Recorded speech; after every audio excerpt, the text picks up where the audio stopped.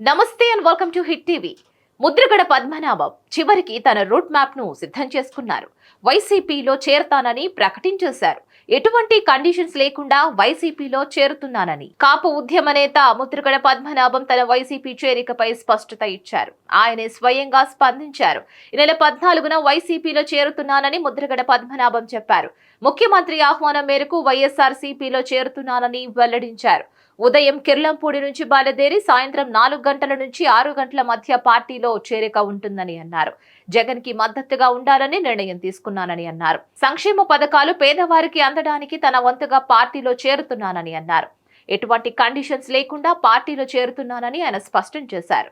తనకు తన కుమారుడికి ఎటువంటి సీటు అడగలేదని అన్నారు. దేవుడి దయ వల్ల జగన్ మళ్లీ అధికారంలోకి వస్తే అప్పుడు ఏమైనా పదవి ఇస్తే తీసుకుంటానని ఆయన చెప్పారు. ప్రత్యక్ష రాజకీయాల్లో ఉన్నానన్న ముద్రగడ పద్మనాభం వైసీపీ తరపున ప్రచారం చేస్తున్నానని అన్నారు. తనకు తన కుటుంబానికి ఎటువంటి పదవి కాంక్ష లేదని అన్నారు. కాపు ఉద్యమ నేతగా గుర్తింపు పొందిన ముద్రగడ పద్మనాభం 4 సార్లు ఎమ్మెల్యేగా గెలిచారు. ప్రత్తిపాడు నియోజకవర్గం నుంచి ముద్రగడ 4 సార్లు ఎమ్మెల్యేగా గెలిచారు. 1978, 83, 85, 1989 ఎన్నికల్లో ముద్రగడ పద్మనాభం ఎమ్మెల్యేగా గెలిచారు. 1977లో జనతా పార్టీ నుంచి తొలిసారిగా ఎమ్మెల్యేగా గెలిచిన ముద్రగడ 1983, 85లలో టీడీపీ తరపున పోటీ చేసి గెలిచారు.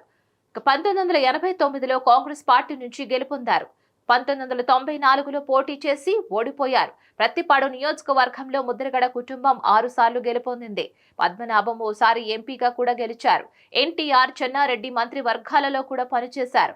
1994లో కాంగ్రెస్ పార్టీ తరపున పోటీ చేసి ఓడిపోయిన ముద్రగడ 1999లో టీడీపీ తరపున ఎంపీగా గెలిచారు.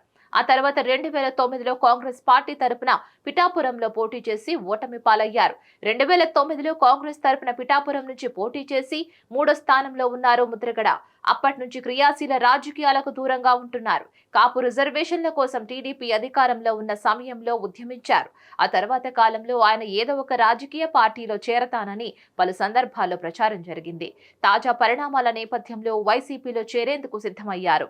ముద్రగడ తనయుడికి నామినేటెడ్ పదవిని ఇవ్వనున్నట్లు తెలుస్తోంది. ఎన్నికల షెడ్యూల్ వెలువడడానికి ముందే ముద్రగడ కుమారుడికి నామినేటెడ్ పదవి ఇస్తారని ప్రచారం జరుగుతోంది. మరిన్ని అప్డేట్స్ కోసం కీప్ వాచింగ్ హిట్ టీవీ.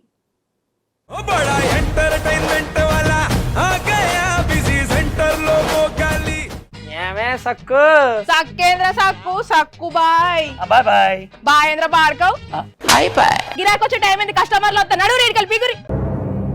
కస్టమర్లు వస్తున్నారు కదా, మాత్రం పొగరు ఉంటది మరి. తగ్గించేద్దాం పొగర్ని. డబ్బులు కట్టేస్తావేంటి కొంప తీసి? లేదు, కస్టమర్లు ఆపేద్దాం. పదా మరి మన బిజినెస్ స్టార్ట్ చేద్దాం.